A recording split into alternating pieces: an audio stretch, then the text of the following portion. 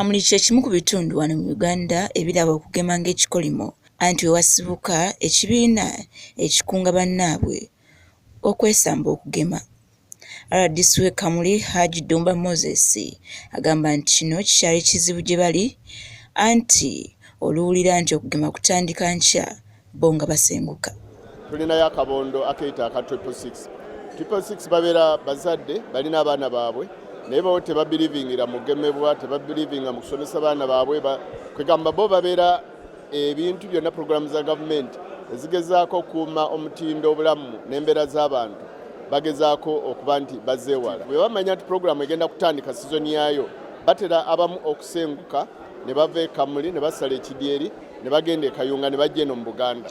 Abantu bano beeyita 666 oba 666 wabula nga bafubye okubasomesa ebirungi ebiri mu kugema nga baviira ddala ku bantu abakulu ssaako n'okubagema nga bakozesa amaanyi. Bwe tuba tunaatandika nkeera the day before that evening, that's when we invade their homes ne tubagema ate n'abakulu nabo tubatwalira mbe tusooka okugema n'obwana buno ne butegeera nti kye tuliko kiri serious. Wano Minisita y'ebyobulamu mu ggwanga Dr. Jane Luther Cheng wasinzidde n'akuutira abakulu ku disitulikiti okusomesa abantu balabe nga babajjamu endowooza ezitali ntuufu ku bujjanjaba olukusense. Achenga agamba nti obulwadde bw'olukusense bwa bulabe nnyo kuba busobola n'okukosa obwongo. And you come out when you are emaciated if you survive. For those who don't survive, they will get a pneumonia, they will get sores in the mouth, others will even get holes in the mouth, and many other complications, including affecting the brain. We don't want that to happen to our children.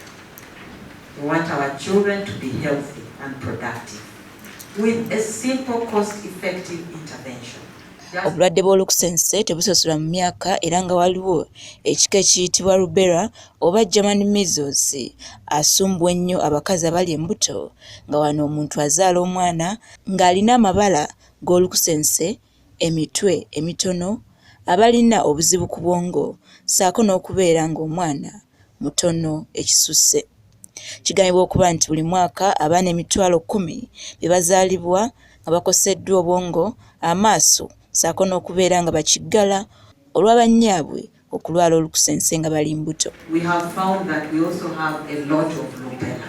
And when you have rubella and it affects women of reproductive age group, then you have children who are born with rubella syndrome.